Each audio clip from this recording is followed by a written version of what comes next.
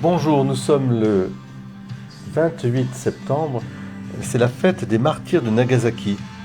Si le mot Nagasaki évoque pour nous, hélas, la bombe atomique d'Hiroshima et de Nagasaki, cette horreur absolue de l'arme atomique et qui plane comme une menace sur l'humanité, il faut savoir que à la fin du XVIIe siècle,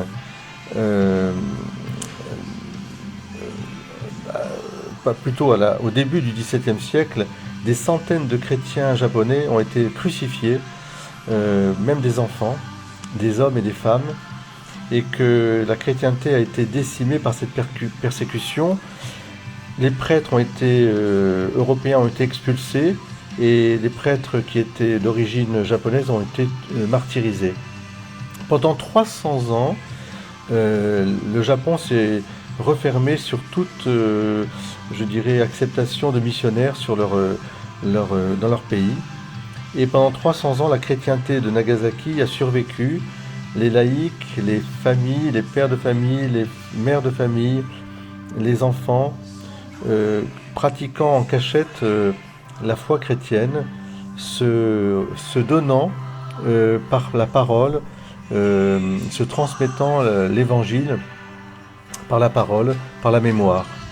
Alors c'est une très belle, histoire que les martyrs de Nagasaki, et ça doit nous permettre nous aussi de nous poser la question, est-ce que dans ma famille, dans mon foyer, dans ma maison, je transmets la foi, et de quelle manière je la transmets?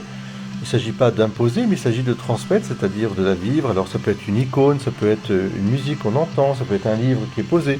Moi je pense beaucoup aussi à la prière du bénicité à table et à la prière du soir, une prière simple, pas du tout compliquée, mais que les parents, les enfants, vous pouvez dire ensemble, et garder dans vos maisons vraiment cette présence chrétienne.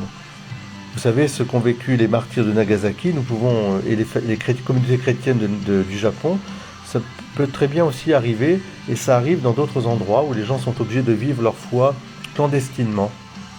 Mais ça veut dire aussi que l'intuition de Jean-Paul II était juste d'appeler la famille petite église domestique. C'est en famille qu'on trouve cette présence du Seigneur, du Christ, qui nous rappelle que nous croyons en un seul Dieu, en trois personnes, le Père, le Fils et le Saint-Esprit, et que Dieu nous a tant aimés qu'il a envoyé son propre Fils pour nous sauver, Jésus-Christ, vrai Dieu et vrai homme. Voilà les deux vérités fondamentales qu'il faut garder dans notre cœur jusqu'au bout. Celui qui croit en moi, même s'il meurt, vivra. Que les saints martyrs de Nagasaki fortifient notre foi, en particulier Saint Laurent Ruiz et ses compagnons. Bonne journée à vous tous.